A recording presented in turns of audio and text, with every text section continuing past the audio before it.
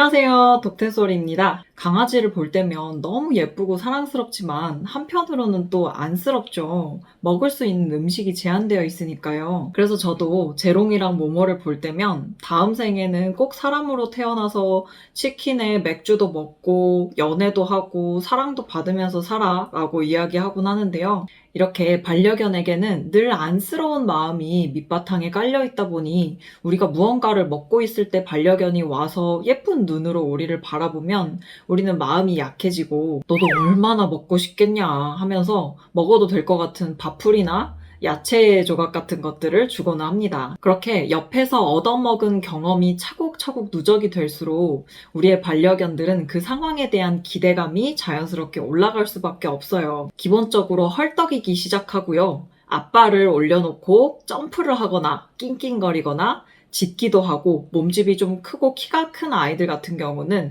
본인이 직접 훔쳐먹기도 합니다. 그렇게 조금 문제가 커지고 나서야 좀 기다려보라면서 훈육을 해보지만 그때는 이미 늦었죠. 경험을 해봤기 때문에 먹고 싶은 마음이 엄청 커져버렸거든요.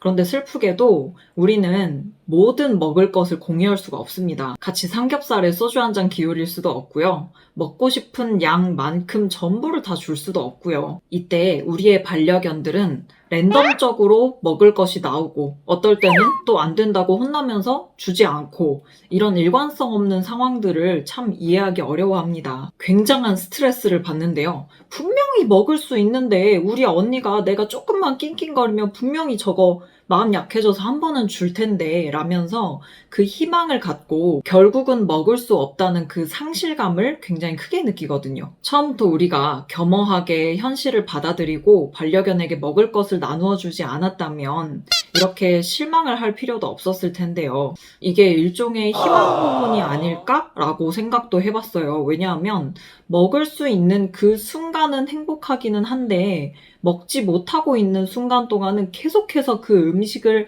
엄청나게 갈망하는 상태, 그러나 얻지는 못하는 상태로 극도로 스트레스를 받으니까요. 생각해보세요. 얻어먹을 때보다 먹지 못하고 발을 동동 구르면서 먹고 싶어서 안절부절하고 있는 그 순간이 몇십 배는 더 길잖아요. 시간적으로 따져봤을 때. 결론은 우리가 무언가를 먹고 있을 때는 반려견에게는 웬만하면 공유하지 않는 게 좋다는 거예요. 우리가 사람처럼 모든 걸 공유할 수는 없으니까요.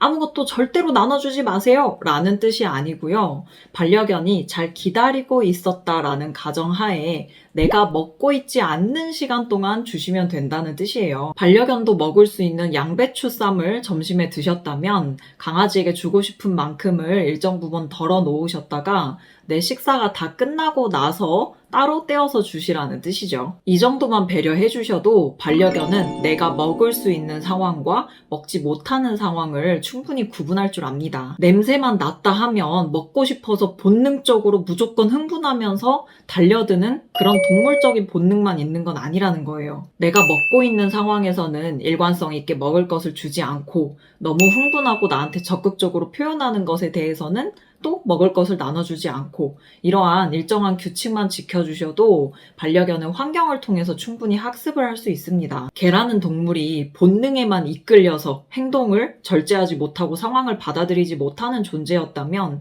이렇게 수만 년의 역사 동안 인간의 집 안에서 침대 옆에서 가까이 살아남아 있을 수는 없었겠죠. 우리 반려견들을 불필요한 희망 고문으로부터 꼭 해방시켜 주세요.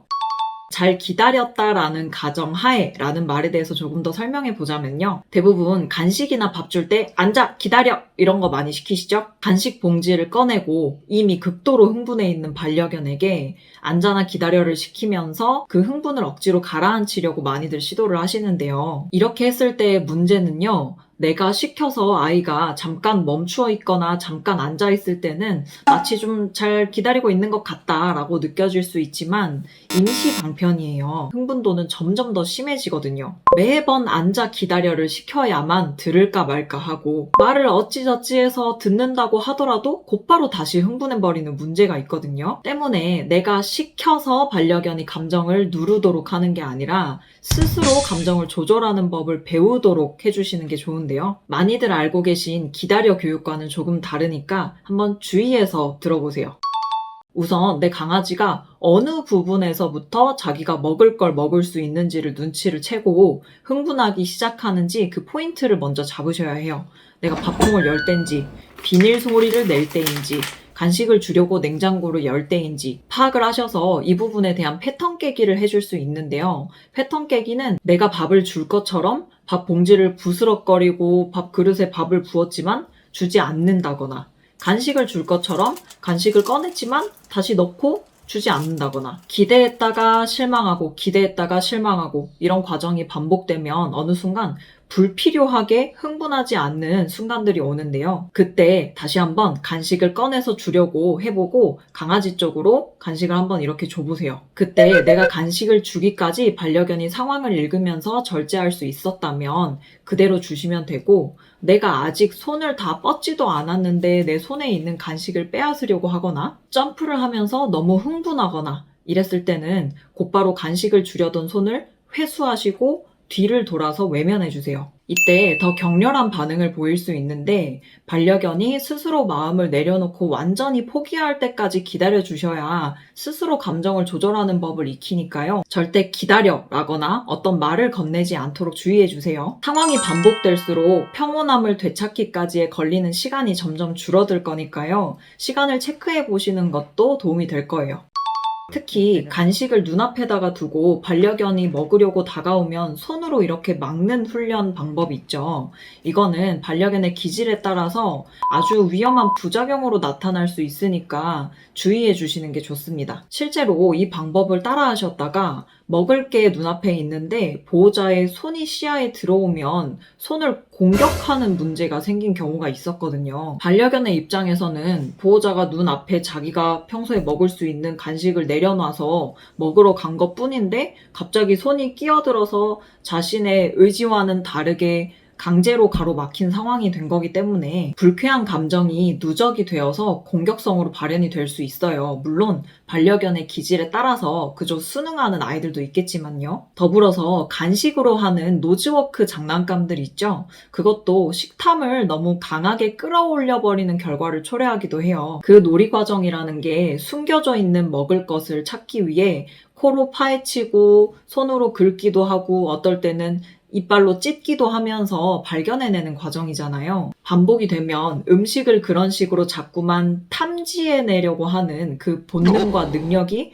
향상됩니다. 당연한 결과예요. 자꾸 사용하니까요. 더 무서운 건 놀이 과정이 마무리되는 상황 속에서 공격성이나 소유욕으로도 이어질 수 있어요. 놀이를 끝내고 장난감이나 종이 조각 같은 것을 회수하려고 했는데 반려견은 아직 그 안에 먹을 것이 남아있다라고 생각을 하는 거죠. 그런데 우리는 먹을 것이 이제 다 없으니까 끝났어, 이제 그만해 라면서 그걸 그대로 회수를 하게 되면 반려견의 입장에서는 아직 먹을 게 남았는데 자꾸 저걸 가져가 버리는, 빼앗기는 상황이 되기 때문에 자꾸 지켜야 된다라는 마음이 커지게 되는 거예요. 이렇게 환경과 경험에 의해서 영향을 아주 많이 받는 게 우리의 반려견들이니까요. 반려견의 어떤 행동에 대한 원인을 분석할 때 타고난 기질에 너무 많은 중점을 두고 해석을 하시기보다는 우리가 신경 쓰고 만들어주고 가꿔주고 또 바꿔줄 수도 있는 환경에 조금 더 집중을 해보시는 게 의미가 있지 않을까 싶습니다. 오늘도 도움 되셨기를 바라고요. 그럼 다음 영상에서 또 만나요. 안녕!